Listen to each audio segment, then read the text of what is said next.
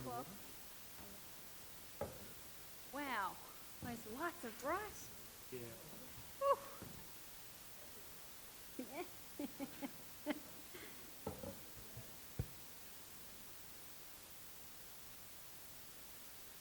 Really slowly and gently.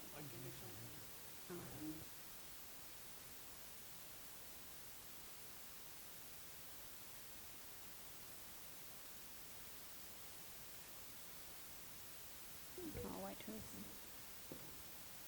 done.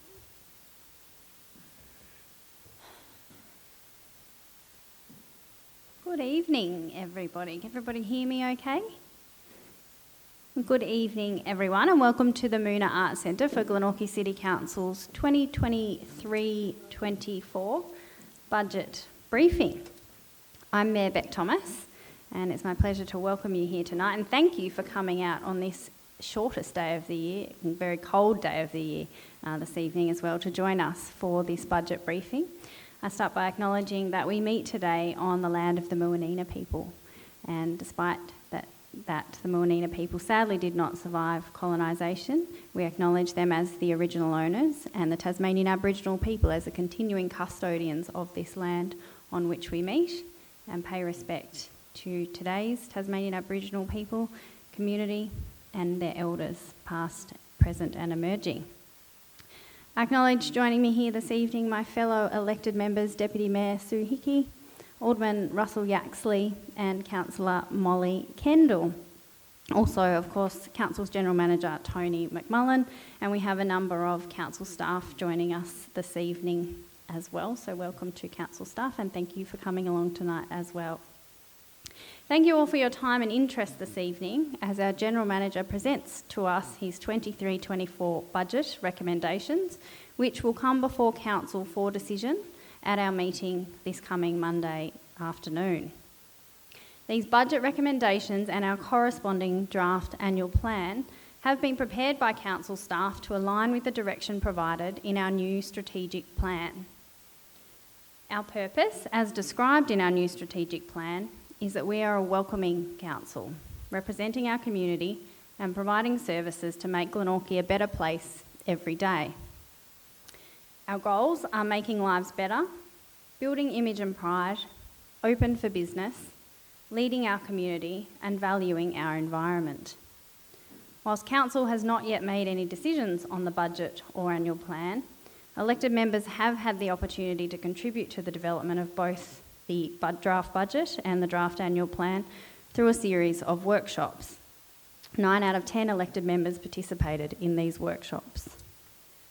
Through this process, we have given serious consideration to community feedback received through our community surveys and our face-to-face community engagement opportunities about how the people of Glenorchy would most like to see Council's budget spent.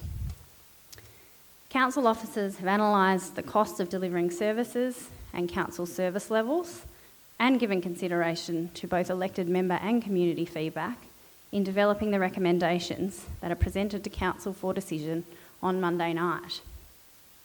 The format for this evening's session is that our General Manager Tony McMullen will present an overview of the proposed budget and what it means for you, and highlight some of the key projects proposed to be delivered in the 2023-24 financial year. I will conclude with a brief summary, and then we will have time for questions with the aim to wrap up at around 7 p.m. Thank you again, and over to you, Tony.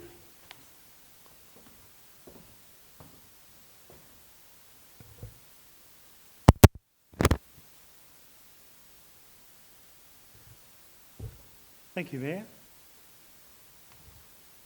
Next slide, please. Thank you. What I propose to do tonight is talk about the challenges that Council has had in preparing this year's budget, and look at the community priorities that we've heard about through the survey that we undertook earlier this year. Look at our priority actions that are in the annual plan for 23-24. And finally, what the budget means for you. I'll then hand back over to the Mayor, who will sum up and we'll then take questions.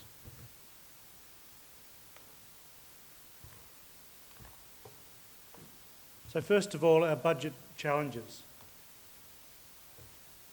You'll see here the Whitestone Drive subdivision, and it gets a mention in dispatches because this subdivision alone, council took over $16 million of infrastructure that it now needs to maintain and renew and replace eventually for the community, and that basically adds up to around about $800,000 a year in additional expenditure that council needs to find to be able to keep up with the growth of infrastructure.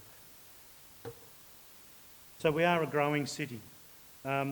Council's population grew by 3,018 in the 5 years from 2017 at a growth rate of 6.3%, which is a higher level of growth than we've experienced in recent years in Glenorchy. And I've mentioned that increased population leads to increased demand for services and infrastructure. And for example, the Whitestone Drive example that I just talked about. Another challenge that council's faced in developing the budget has been increasing costs. I know we're all facing increasing costs. Council's costs of doing business increase each year, but the costs, especially for capital works, have increased quite sharply over the past 18 months.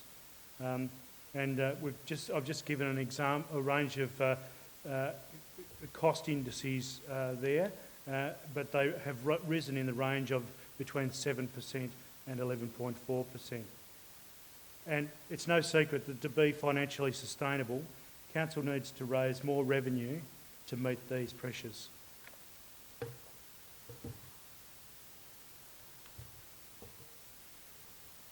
Council also manages a stock of $1 billion in community assets. That includes roads, footpaths, parks, playgrounds, stormwater drainage and community facilities. And these are managed scientifically, so our council engineers work within a very systematic way to make sure that we are maintaining and renewing our infrastructure to maintain its condition at an appropriate service level for the community. And funding this work is always an increasing challenge because councils are required to revalue their assets periodically and also, of course, community expectations increase. Council has this year record capital expenditure focused on investing in renewing our assets as well as on completing major projects. The next challenge that we have is our changing climate. And it was really brought home to roost very tangibly recently with the increase in extreme rainfall events. We saw an unprecedented two flash flooding events in Berrydale within 9 months. And we heard, council heard from those residents about the impact that event has had in terms of their homes and their contents. So council is working very hard to address the risk of flooding this year. It's a major focus of our stormwater investment this year. Council also continues a regular program of mosaic burning in the foothills to manage the heightened risk of bushfire as a result of climate change.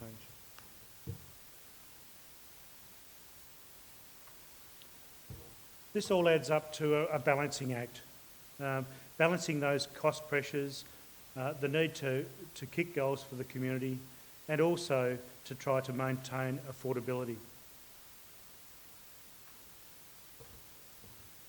But we do have to balance sound financial management with that affordability. We need to continue as a going concern to manage those community assets. So we now turn to the community priorities.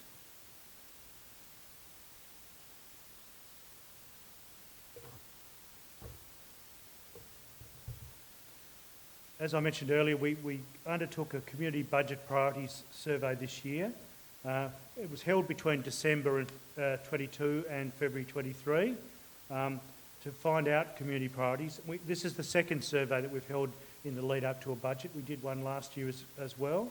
We had a slightly larger response rate last year.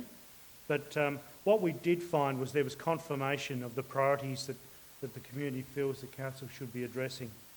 And this feedback hasn't just come from the budget survey, it's also come from a range of community engagements such as community yarns and pop-ups where our elected members and staff are out there in the community talking to people about what they value in Glenorchy.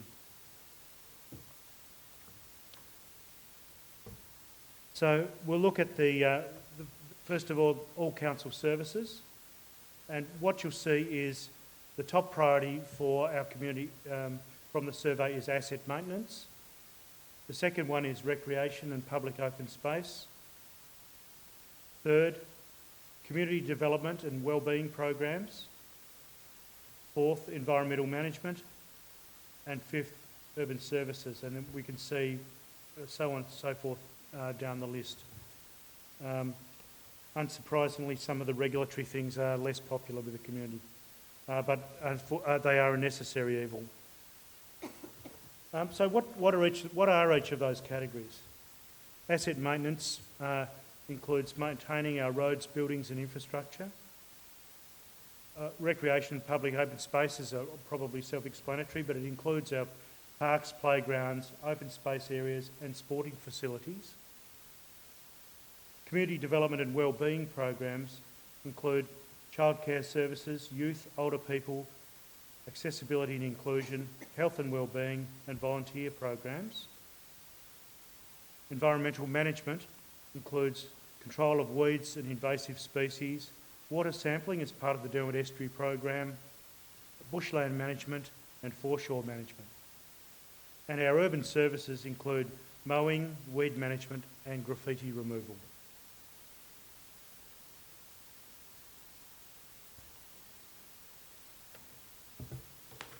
We'll now look at the capital works, so the renewal and replacement and upgrade of our infrastructure, our physical infrastructure, and what the priorities were from the community.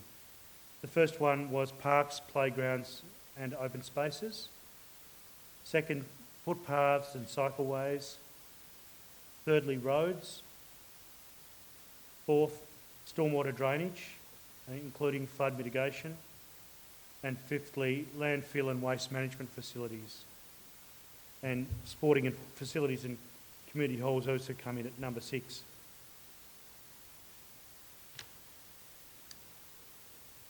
We'll now turn to the priority actions that are being recommended to Council as part of the 22-23 annual plan.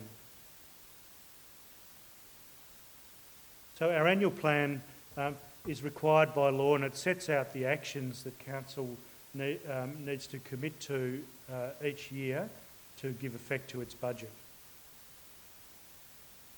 Under improving our parks and play spaces, some of the initiatives there are completing a new regional play space at Gibblands Reserve, which is now well underway and we hope to have that completed by the end of this calendar year. A new district play space at Benjafield Park, that's about $1 million investment, and progressing the upgrade of 10 local play spaces. We were very fortunate.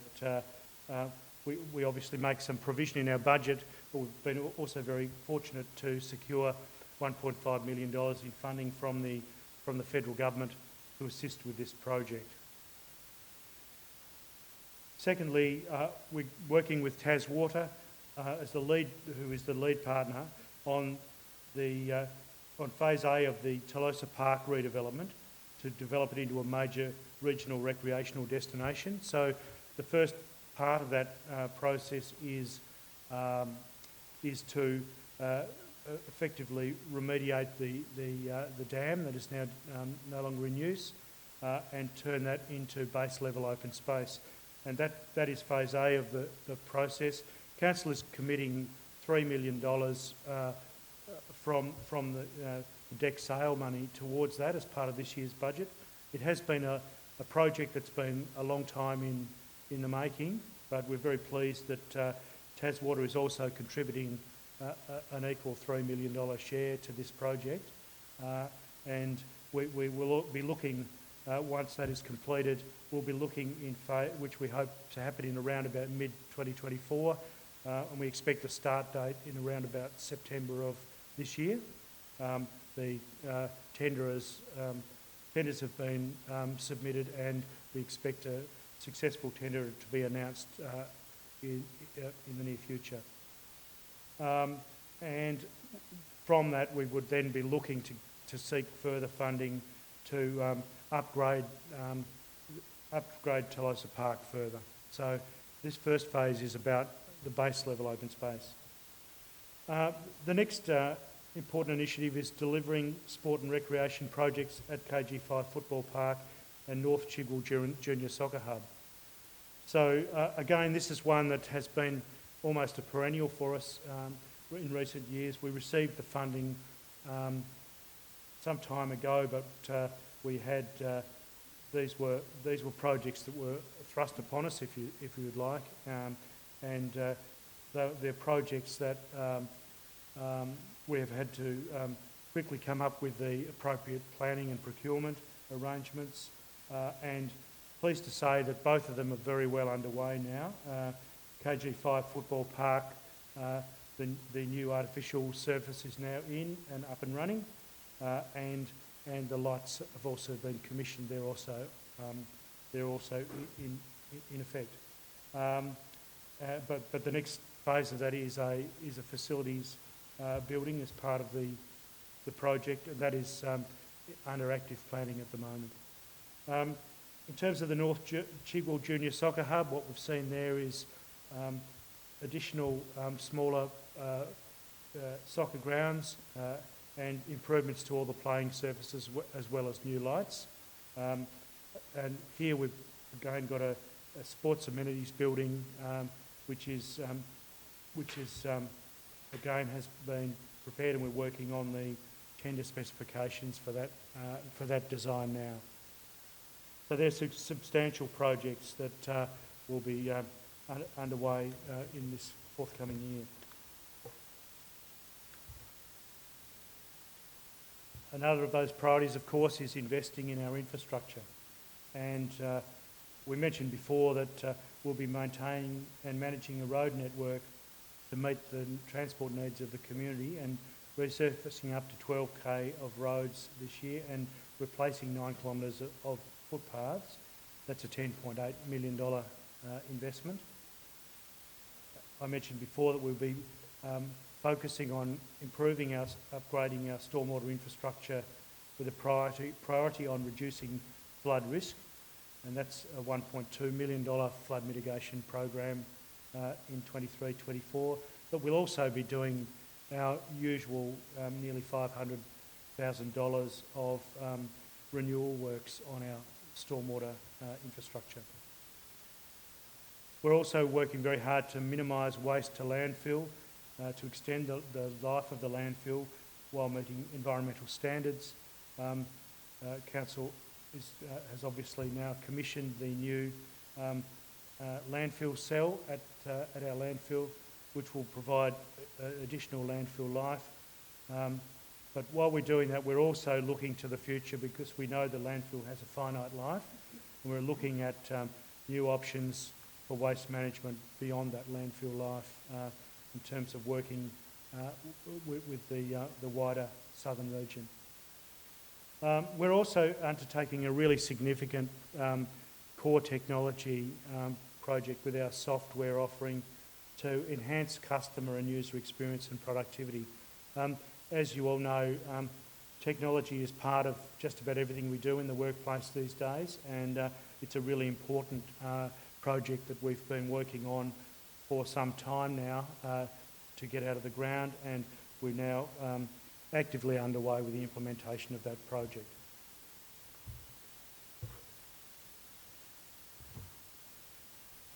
The community has also said to us they want a clean and safe city, and we are bumping up the cleanliness of our CBDs. We're engaging additional crews, increasing the frequency of cleansing activities, including graffiti removal, litter pickup, street sweeping and footpath cleaning.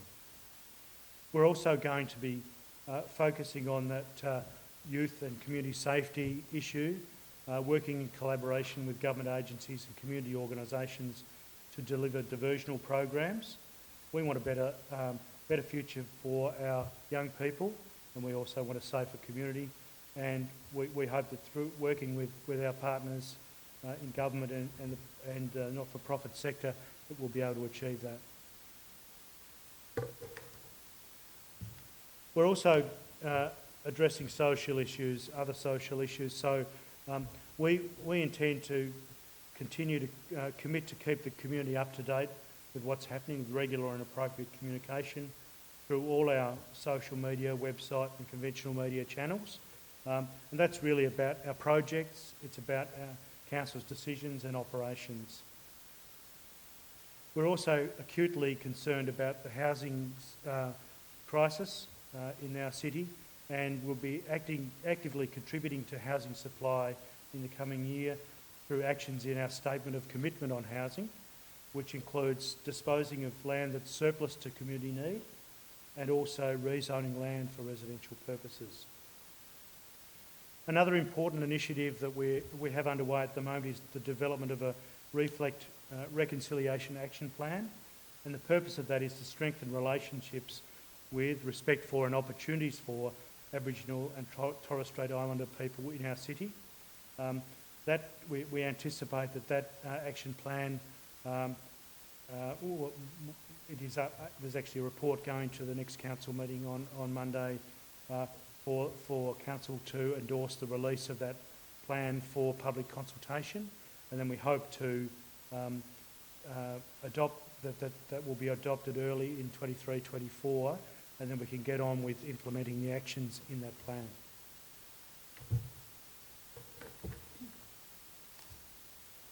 We're also committed to strengthening our local economy, and a key way that we do that is by facilitating the operation of the Glenorchy Jobs Hub, which has been very successful in connecting local people with local jobs.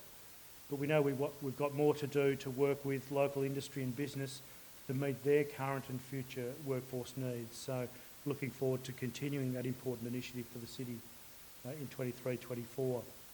We also will continue to identify and progress amendments to our planning scheme to facilitate growth, including structure plans for future residential land, particularly in the Granton area. And our general approach to economic development is really to continue our infrastructure investment, job creation, city marketing, and undertake a proactive regulatory approach.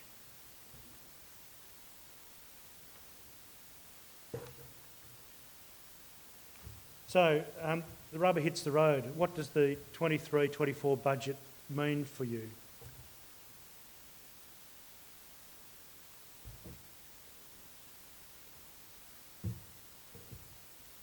Council is forecasting an underlying deficit of $3.6 million in 23-24. That is actually a $0.9 million improvement on the 22-23 budget forecast, which was for a $4.5 to $6 million underlying deficit in the current budget year. Our budget in 23-24 seeks to balance financial sustainability as well as the objectives of our newly adopted strategic plan. We need to make sure that we've got enough money in the bank to service our operations, and there's a Tasmanian Audit Office ratio that requires a published range of 3 to 6 months. We're looking to plan for a return to surplus in the 2025-26 budget year and provide enhanced services in line with community expectations and our new strategic plan. We also commit to completing our grant-funded capital works projects by the end of 24. So the key features of our budget, I'll just pull out some of the highlights. An operating revenue of $72.8 million, an operating expenditure of 74.1 million, capital expenditure of 32.7 million, and a cash balance projected at the end of June 2024 of 19.3 million. Sounds like a lot of money, but that effectively covers 3 months of council operations. So it's at the bottom end of the Tas Audit Office's ratio. And no new borrowings. And it's interesting, we often hear from the community concern that council is debt-ridden. That really couldn't be further from the truth. Council's current borrowing level is $1.6 million, and we're committing to make further principal repayments in 23-24 of $637,000. So we have a very modest debt when you look at our $1 billion in assets, and we're also committing to bring that debt level down even further. So how is your $100 spent by council? What you'll see on the wagon wheel up here is the sheer range of council activities that are involved, and I like to say there's something like 50 different businesses that council is involved with. Some of the larger buckets, I guess, in the wagon wheel there are our assets and depreciation, which takes up $25. Administration and technology, $11. Our state fire and landfill levies, both of which go to the state government, of $10. City leadership, $9. Waste management of $9. And facilities and buildings, $5, and the rest, the list goes on. Now, obviously, some of those other things like parks and reserves and community services like childcare are in there, but there's also, we've got to remember, there's also the capital expenditure side to this, where council is investing in the infrastructure to support these activities as well as this operational money. Which moves us nicely onto our capital works program for this forthcoming year. And as I said, $32.7 million in our capital works program. And the different numbers are there for you to see, but the transport, 10.8 million, stormwater, 1.7, property environment, 2.3, fleet and plant, 935,000, ICT, 227,000, and our major projects are a big chunk of that, $16.8 million. Some of the highlights for the different infrastructure classes. For property and environment, we're looking at $700,000 into our parks and reserves, $180,000 into our tracks and trails, $330,000 into our council buildings, $550,000 for facilities and sports grounds, and $500,000 for public toilet replacement, and that's at Windermere as part of our public toilet strategy. In terms of the transport infrastructure, I've already mentioned our extensive resurfacing and footpath replacement programs, but more specifically, we're looking to reconstruct Stage 1 of Ashbourne Grove. We're looking to reconstruct Renfrew Circle Stage 1 and Kelvin Avenue. We're looking to put safety barriers at Berrydale Road and Collins Cap Road, and undertake Stage 1 of the main road Granton Shared Path, as well as improvements to the intercity cycleway crossing at Sunderland Street.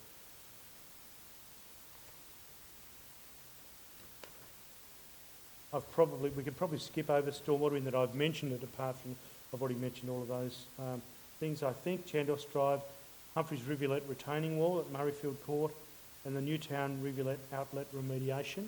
That's, I believe, the shared project with Hobart City Council to provide for a more natural outfall into the bay. Okay, your bill. So for a median residential property in Glenorchy, the total bill impact of this proposed budget is for an extra $133 per year, or $2.56 per week, which translates to a 7.48% increase. That's made up of an 8.95% general rate increase, a 5% increase in waste management charges, and a 2% increase in the state fire levy that we collect for the state government.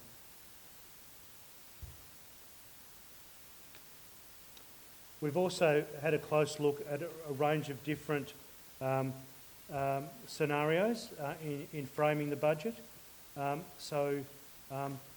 What our finance area has done is look closely at a typical small house, medium house, large house, small unit, medium unit and large unit. And as I say, these are individual properties, so they are indicative only. But what they show is a total bill increase in the range of $2 to $3.35 per week.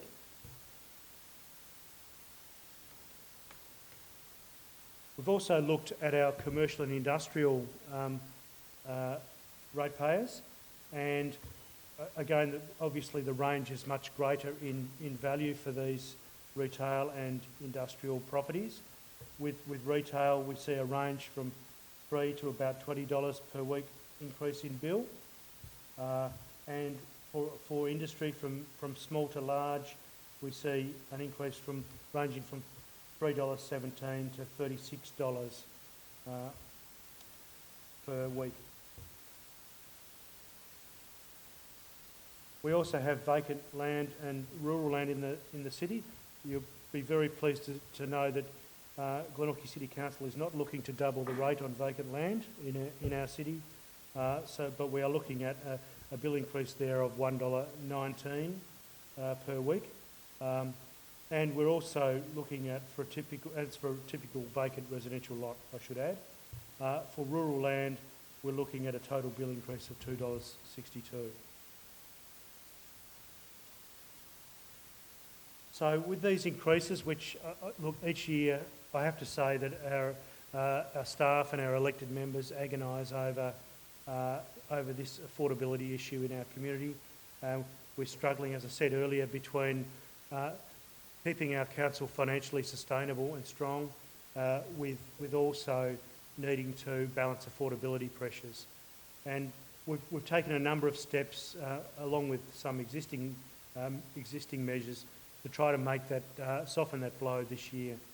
So first of all, we've increased the spacing between instalment due dates. So previously, if I've got this right, we had a two months between the first and second rate instalments, then 3 months, and then 2 months between the third and final instalments. We're now looking to space that out so it's 2.5 from first to second, and 3 months and 3 months later in the year. So we're trying to spread that load out more evenly. We also have direct debit arrangements available for monthly, fortnightly, or weekly payments as an alternative to quarterly payments. We're also this year looking to make it easier if someone does have difficulty. We're looking to ease the penalty and the penalty interest that might apply for overdue rates. First, we're halving the penalty for overdue rates from 10% to 5%, and the interest applied to overdue rates from 8.75% down to 4.375%. We're also increasing the grace period. So the council will basically previously, if your instalment was overdue by 7 days, you were hit with the charges. But we're now extending that grace period to 21 days, and we're also looking to provide a warning at the 7 days overdue. So essentially, we believe that'll mean that there will be fewer people that are going to be copying penalties and interest around our rates instalment. Having said that, it's important to recognise that council that this is about. Our community does have a really good payment record with rates, people do contribute, and the load is shared across the community. So it's a really good thing.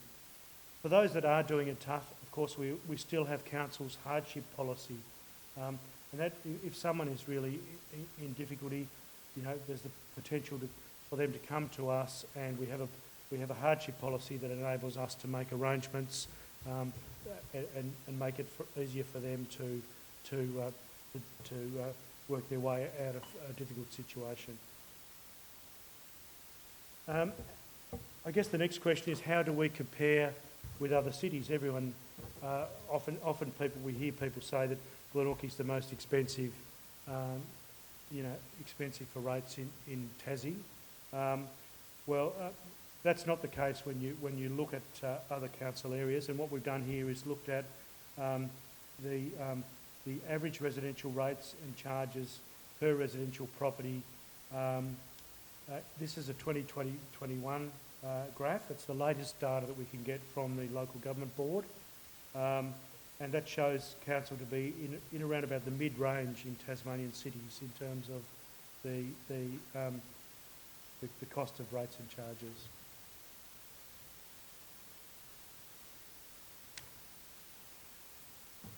So that comes to the end of me talking, or at least for now.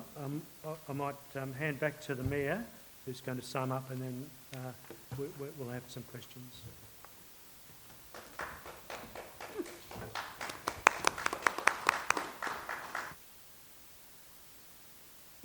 Thank you so very much, Tony, for that comprehensive overview of our budget and some of the key projects proposed to be delivered next financial year.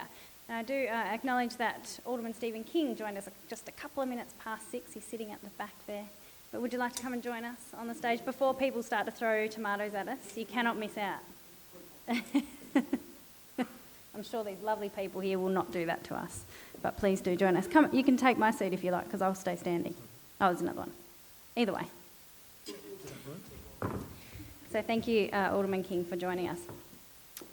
Also, just an important thank you, David, for reminding me to mention that tonight's session is being recorded, and we will post the recording on Council's website as soon as possible following the session, so it will be available for other community members who couldn't make it tonight to view online, or for you to watch back if you feel like you missed something. But also important to note that as well, because if you do ask a question this evening, please be aware that it is being recorded, and your question will be recorded and published in that recording in accordance with Council's audio and visual recording policy. As Mayor, nothing could please me more than knowing that our area of Glenorchy is growing, and growing it is, as you heard Tony say, we are growing at a rate of about 6%. For more people, we need more houses and better quality roads and footpaths and other infrastructure. And Glenorchy has a strong commitment to doing our part, to see as many houses built as possible to help alleviate the housing stress many Tasmanians are currently facing. That growth means there is more demand for council services and more demand for council infrastructure. In the past financial year alone, the council has had to account for more than $16 million worth of subdivision development, all of which is hugely welcome, I might add, but all of which requires council to take over infrastructure for ongoing maintenance. The recommendations that the GHAM has presented tonight and council will be considering on Monday aim to have our council wiping out its deficit in this council's term, to maximise strategic investment opportunities for our rapidly growing area into the future. As a council, we want to provide the high quality infrastructure and services that our community needs and deserves. Quality roads, quality footpaths, quality stormwater and flood mitigation, playgrounds and recreation spaces. But we can't neglect our opportunities for the future by only focusing on the here and now either. We have a responsibility to ensure Glenorchy can continue to grow not just this year, but next year and the next decade for that matter. To do that, we need to be fiscally responsible. As a council, we have the opportunity to wipe Glenorchy's deficit clean by the end of this council's term in 2026. The recommendations we will be considering urge us to not leave a legacy of debt or deficit that could cripple Glenorchy's ability to invest on behalf of our community into the future.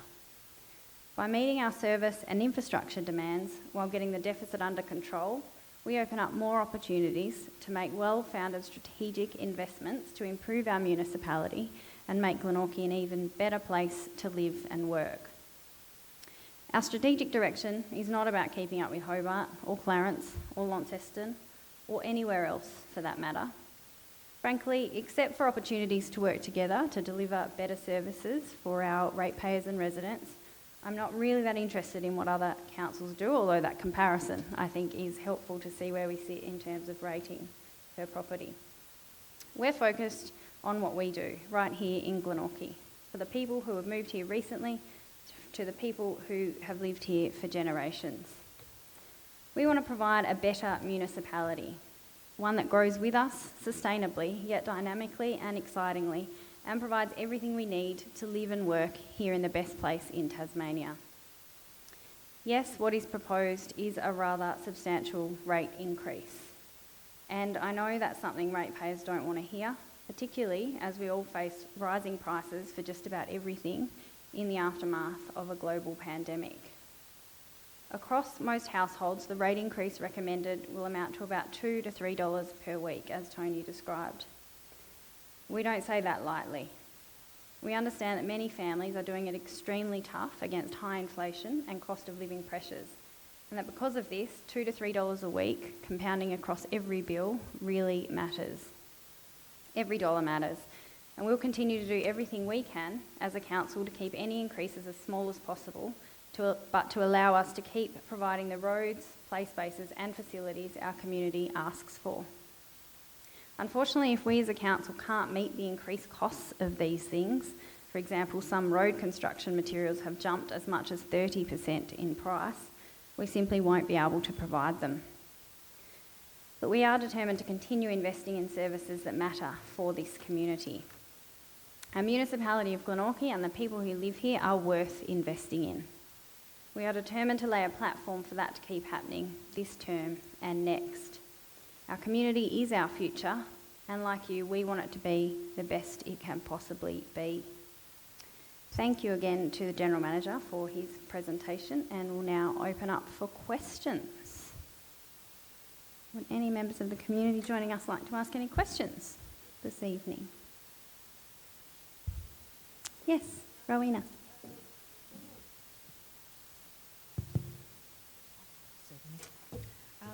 General Manager, I'm asking about if you can clarify the deficit. Sorry. You mentioned that we're not going to have any new borrowings, but on your slides you seem to say deficit means we haven't got enough money. Is that correct? That's right.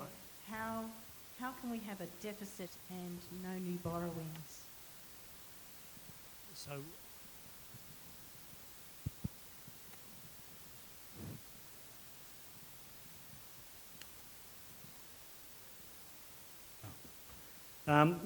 so good question. Effectively, we don't we have cash in the bank, so it's a little bit like a house. It's just like a household situation. If in a particular year we spend more than we earn, the money that we have in the bank is reduced, and so what we're seeing is the money in the bank reducing, largely because we've had these major capital projects where we've seen significant cost escalation. So I think I've got the budget report here, but from memory, I think the budget report talks about our cash balance reducing from around about 26 million, I think it is 26 or 27 million, down to 19 million. So a reduction in our cash balance. So what we need to do is, so that doesn't mean we have to go out and borrow because we do have money in the bank. What it means is we need to make sure that we have enough revenue coming in the door to keep our bank balance at a sufficient level to fund our council's operations. And as I said before, the audit office talks about a target range of between 3 months and 6 months of operations. We're at the bottom end of that. In previous years we've been crept up a bit higher to around 4.5 months, but we're down to around the bottom of that range to about 3. But yes, it doesn't mean we have to borrow, because borrowing is a bit of a slippery slope, because you've got to pay it back with interest. So it is a little bit like a household. Yeah. So I hope that answers the question.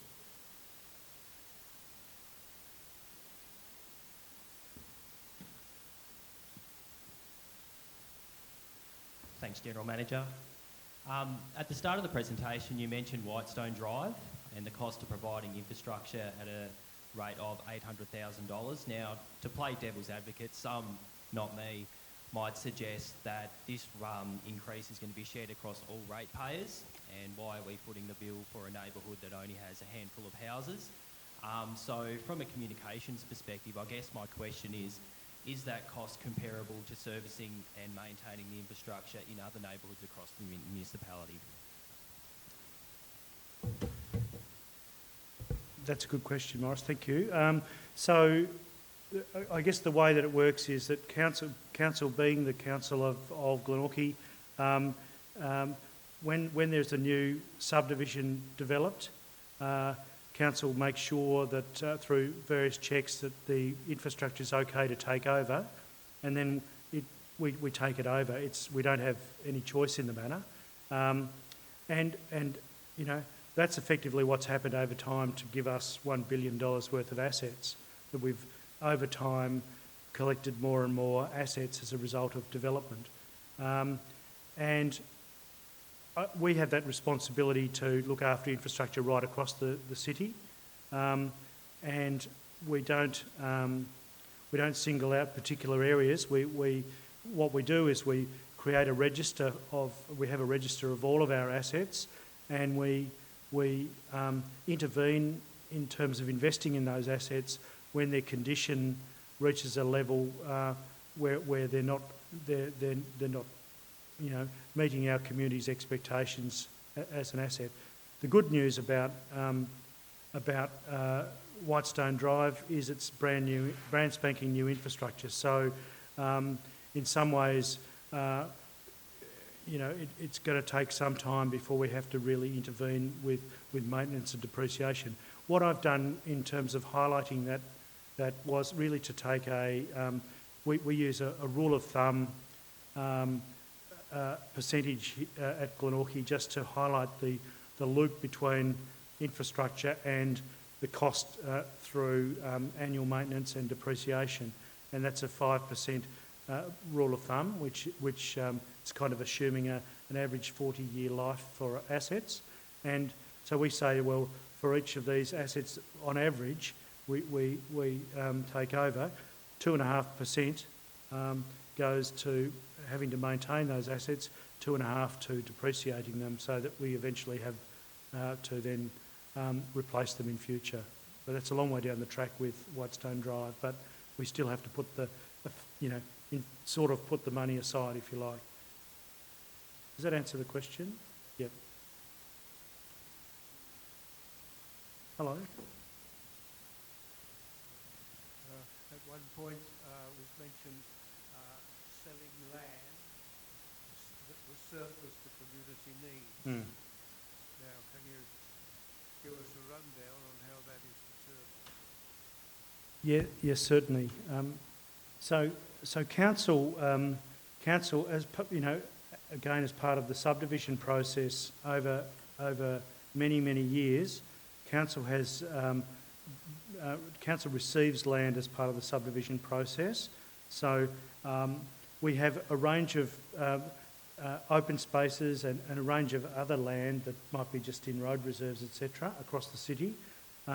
And what we need to do is to optimise the use of the land that we have. So we need to hit that right balance between the amount of land we have and the amount we can invest on it to make sure that the community has adequate facilities. So we've in the last couple of years done for example, a play space strategy that has identified that we have a lot of work to do to bring our playgrounds in the city up to standard. So One of the reasons why it was so pleasing that the federal government has provided grant funding for us to upgrade 10 play spaces, but we have a long way to go there. But effectively, what we need to do is hold the right amount of land to service the needs of our community. And if we don't want to hold too much land, if it's surplus to requirements, all we're doing is spending the community's money mowing the grass and maintaining land that isn't really being used much. So what we do is go through the process of identifying the land that we must maintain, must keep at all costs, and also the land that potentially is perhaps duplicated. So, for example, we might have two parks in close proximity to one another. Well, it doesn't make sense from our perspective to have two, where maybe we're better off having one and investing in the quality of that one rather than having two to a lesser quality. Does that answer the question? I might also comment. I might also say that the process there's a process that we have to go through under the legislation.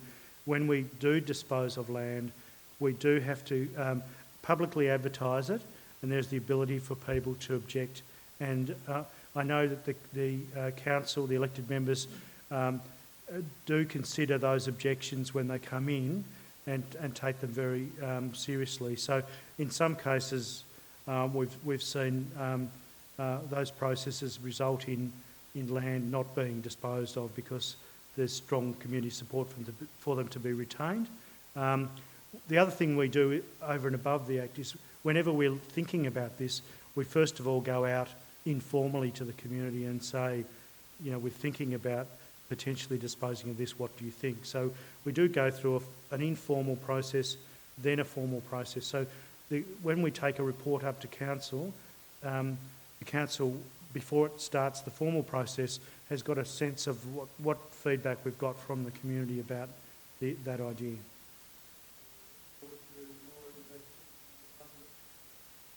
Yes, we're certainly, and we'll be pleased to demonstrate that through our projects this year.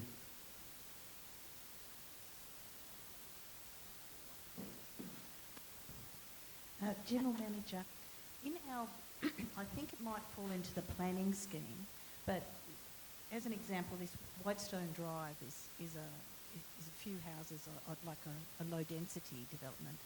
Does council have the opportunity to say to developers, I want to nominate this area here to be medium density because it allows you not to have to take on new infrastructure but make more use of what we've got, thereby reducing your costs but then providing more housing in a different form? That's a very good question too.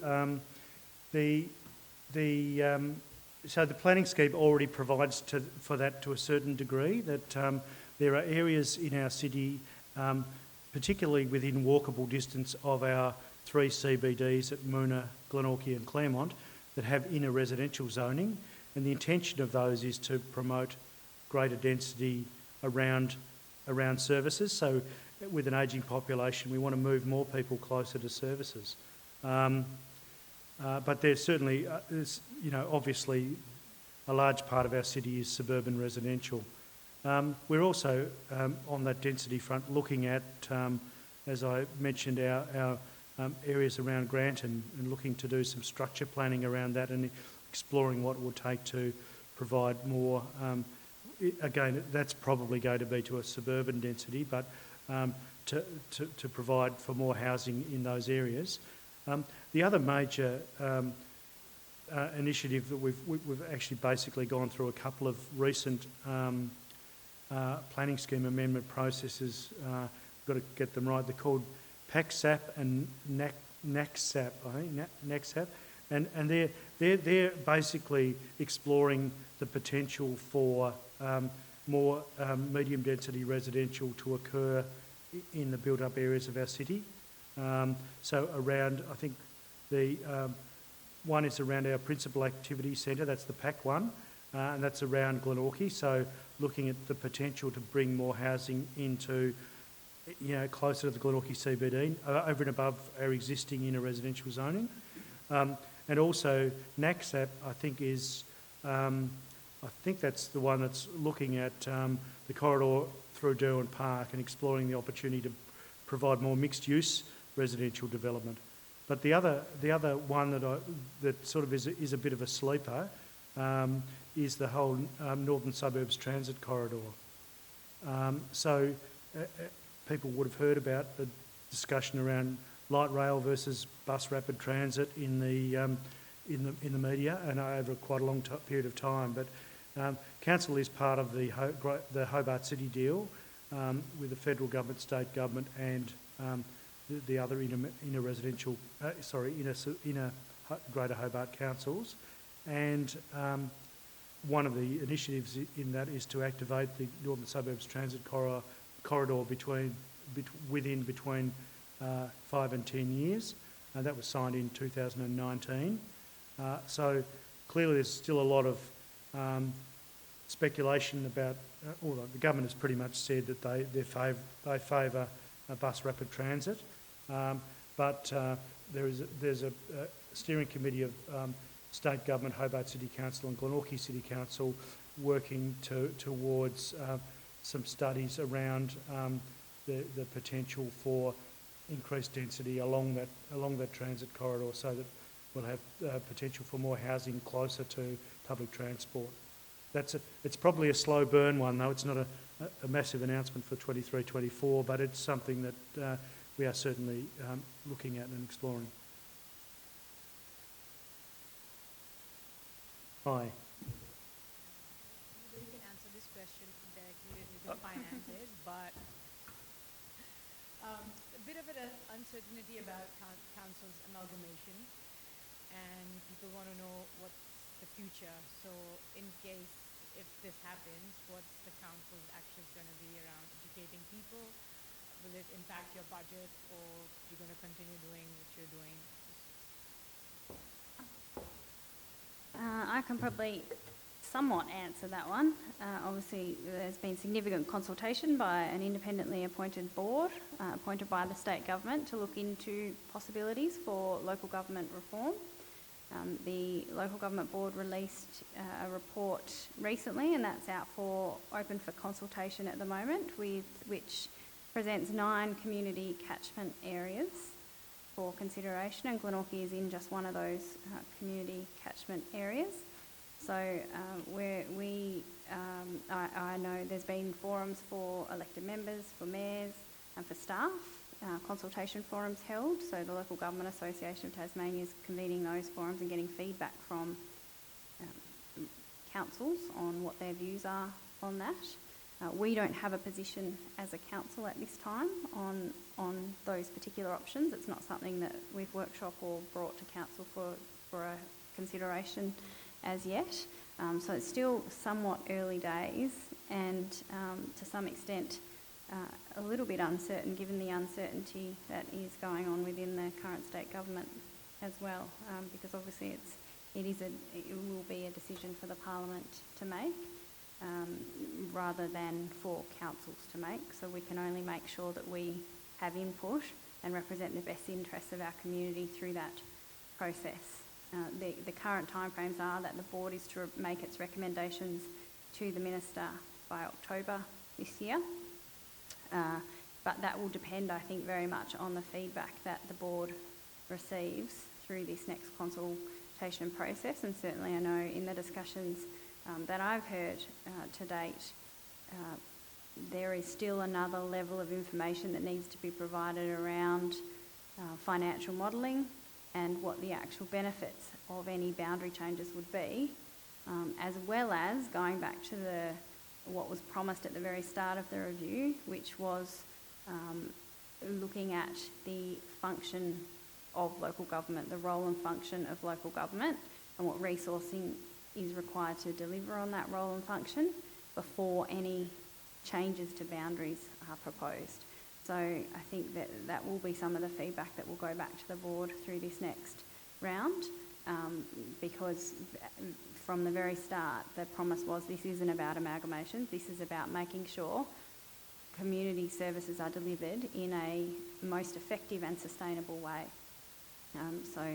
I think there's still a lot of work to do before councils can make really very informed positions on this. Any further questions? Mr. Steenbergen.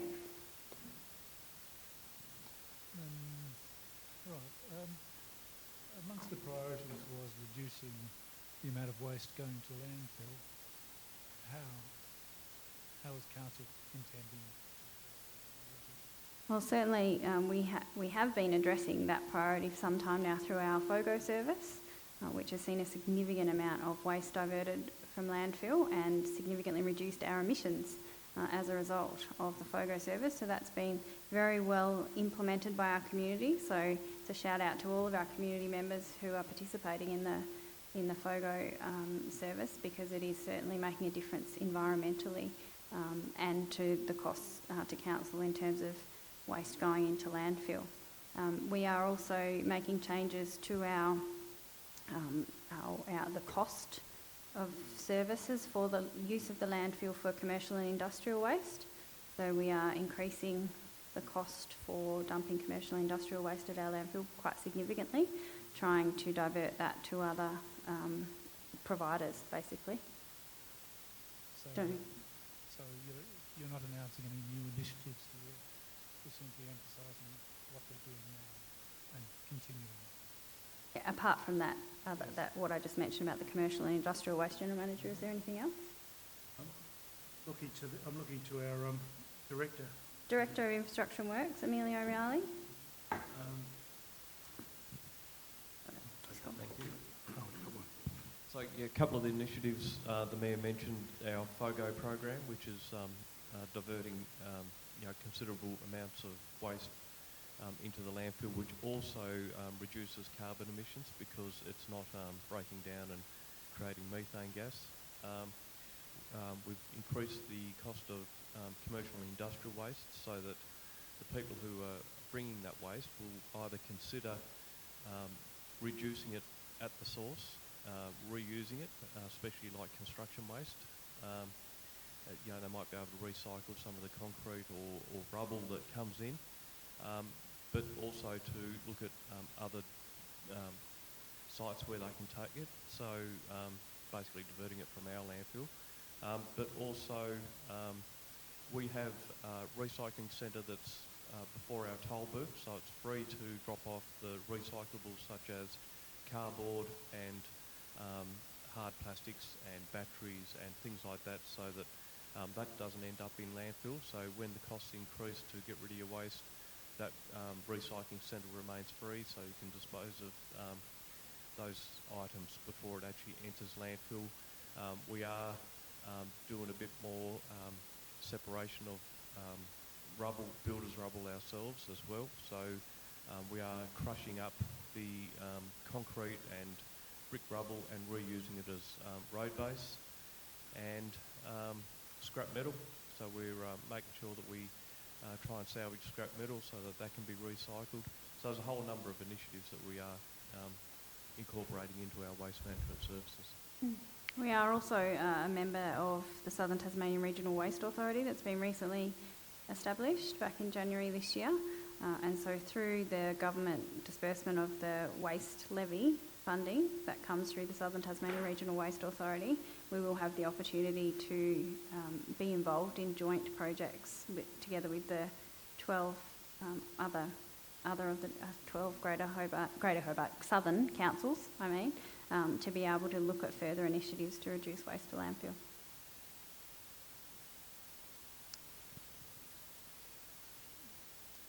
Can I ask what sort of return council expects on its land disposals in, say, the next financial year? Does it have any particular expectation?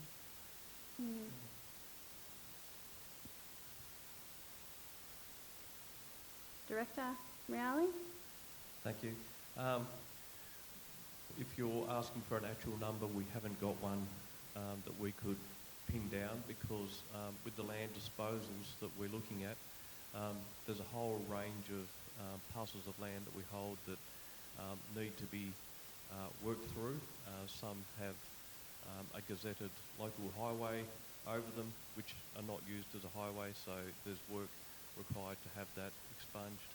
Some have some old covenants, and some of these issues to have removed and then get through the process that the General Manager spoke about, the consultation process, could be a year away. So we haven't actually got a huge amount earmarked for sale in the coming financial year. We hope that we will have some because obviously there's a housing crisis, so we want to get as many out as we can. But the return we're looking for is market return. So we do get independent valuations on each block of land, and that's what we aim to achieve and return back to the council. As much as possible. One more, Mr. Steenbergen. In one of the earlier questions there, you talked about money in the bank and the cash reserve, and you talked about 29 million and 19 million. I'm not quite sure those numbers exactly refer to. Are they talking about reserve and what reserve is in 5 years' time? Is that what you're referring to? Cash at bank, the end of the financial year. 19, yeah. One more. So can you sort of explain how much the cash reserve will be run down by the time we actually start going up again? Because we're looking at a series of deficits, so presumably the reserve will be run down. How much? Don't have the long-term financial management plan in front of me, but I don't know whether our manager of finance might be able to. As the General Manager explained, this council has certainly been clear that we need to keep at least that 3 months operating expenditure in the bank. So, you know, there is that expectation that we don't go below that at any time. Yeah.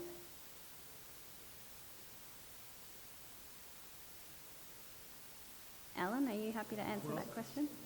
I was just going to say, before Alan speaks, that we are talking about pathway into surplus projected by 25-26. So basically, a couple of years hence, and at that point, revenue is exceeding expenditure, and the idea is that will then top up our bank balance.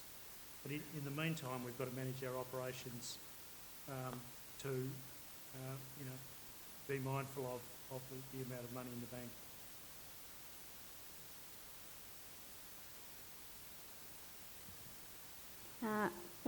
Rowena, one more question, and then Mr. Eldridge. And then we'll wrap up, guys, in a few minutes. A project was mentioned that you're investing in tools for, technology tools for council people to utilise in their work. Has in terms of controlling our budget and the costs, have the tools for project management been looked at, and the areas of controlling difficulties like fraud in areas of conducting your work? Okay, so I'm assuming you're talking, when I mentioned core technology, is that the one? Yeah, basically what we're talking about there is our core technology being our financial system, our records system, our business process type systems. We currently have an existing provider which we've had in place for a number of years, and you could say that we're probably we'd say that it's been adequate, but hasn't. So we've over the last probably 18 months, 2 years, what council has done is have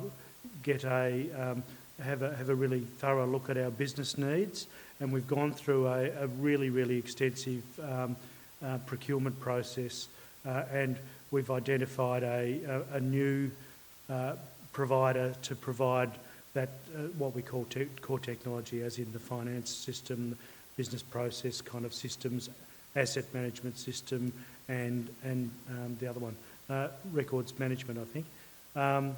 So we've got a project underway at the moment. We're working on that at the moment. We've engaged a project manager to do that work, and so they are. That project is full steam ahead. Has council commitment from this year's funding, and we're underway with that project as we speak. You know, these are a little bit like, I don't know if you've seen the sketch where Mr Bean puts on his bathers when he's gone to the beach with his pants on already, but they you know, because technology is woven all the way through our enterprise, it's a big change project for us, and so what we've done is made sure that we've got we've engaged Open Office is our preferred contractor, and they're a business that does this sort of stuff in the local government space across the country, and we've as I say gone through a very thorough procurement process before we've selected them, and so we've got a live you know, technology project underway at the moment to replace our previous platform with Open Office. So it's underway. In terms of so specifically about project management, I wasn't sure whether you were talking about project management software or talking about the management of this particular project.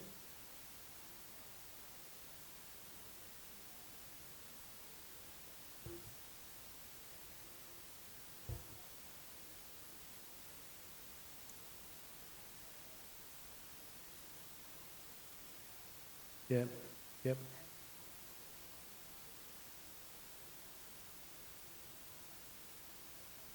Yep. Yep.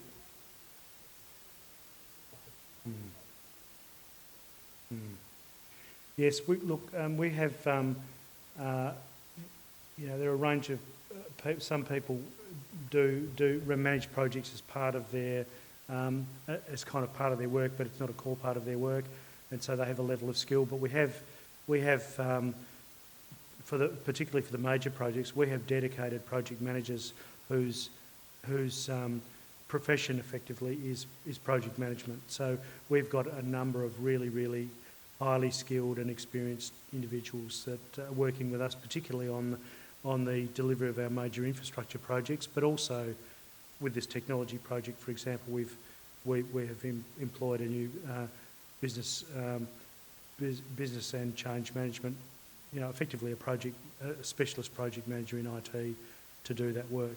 So we are doing that, but we also, I think you're also alluding to software that we might use. We certainly do in terms of controlling expenditure on our projects. We have a range of ways that we do that. We are required, the council keeps us honest. We have monthly financial reporting to council. We have quarterly reporting to council. We obviously have an annual report. All of this is publicly available information that's available on our website. I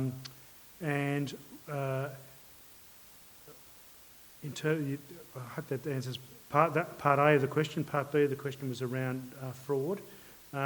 We also have an audit panel, and that audit panel, and we've got a couple of aldermen. Alderman Hickey is on the audit panel, but we have the audit panels. Councils are required to have an audit panel, and they're required to have a number of independent members. So we have 3 independent members on our audit panel, as well as 2 elected members in terms of Alderman Hickey and Councillor Quick, and they sit on a regular basis to you know, basically keep an eye on the organisation's governance, and those reports then go back to the council. Thank you, General Manager. One final question, Mr. Eldridge. Oh dear, I mean, I've got 2 actually, quite different ones. I might let you. On the bus lanes, just looking at it, I wonder how they're going to build 2 lanes without getting rid of the bike track. Yes, the buses, I suppose, will have to make 2 detours to the bus hubs at Springfield and Glenorchy. On land disposal, I think you've got to clarify the objectives. Is the objective to make us as much, to sell the land as much as to help balance the budget, or to what extent is it for social housing, because which will bring it less than 6? Yep, I'll attempt to answer both those questions. So on the proposed Northern Suburbs Transit Corridor, Bus Rapid Transit, as the General Manager said, there is a working group that he's involved on, and it will take much planning and investigation by very skilled engineers and project managers to actually work out what that's going to look like, and the project is not at that level of detail at this point. So stay tuned on that one. But obviously we know that the intercity cycleway, shared pathway, the intercity shared pathway is very important to all members of our community, and certainly that's something that we would make clear through any of those discussions that are happening and proposed engineering works for that bus rapid transit corridor. Yep. So on your other question about land disposals, the intent is somewhat threefold, I guess. As the General Manager pointed out, at the moment we are maintaining a lot of parcels of land that are of very, very minimal use to the community. So by disposing of that land, we will no longer have the associated maintenance costs of that land. 2, we want to, as our council, do our bit to increase the supply of land for housing, whether that be social housing, private development, whatever it might be.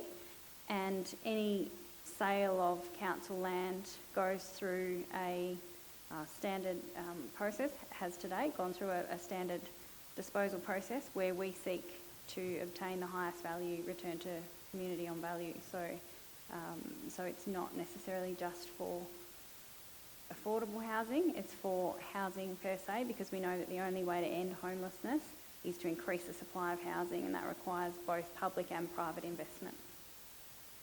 And what was my third point there? I think I covered it all.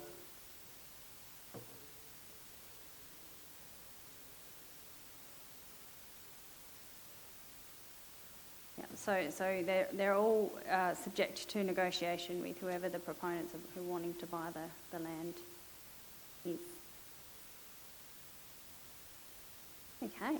Well, thank you everyone for attending. Once again, thank you again for attending this evening's presentation. Of course, you're all welcome to attend the council meeting on Monday afternoon, 3:30, this Monday 26th of June, 3:30 in council chambers. The meeting will also be live streamed via council's Facebook page. Members of the public will once again have the opportunity to ask questions during public question time at this meeting. It's always appreciated if you can submit any questions on notice prior to the meeting. If you aren't able to attend, you're still welcome to submit a question on notice for public question time. So thank you also to council staff who have organised tonight's session and made it happen, everyone who's contributed to make it happen. Thank you again to my fellow elected members who have joined me here. It means a lot to me and to the General Manager and to the community members that you are here as well. So thank you everyone. Stay warm, try to stay warm, stay safe, and we hope to see you again sometime soon.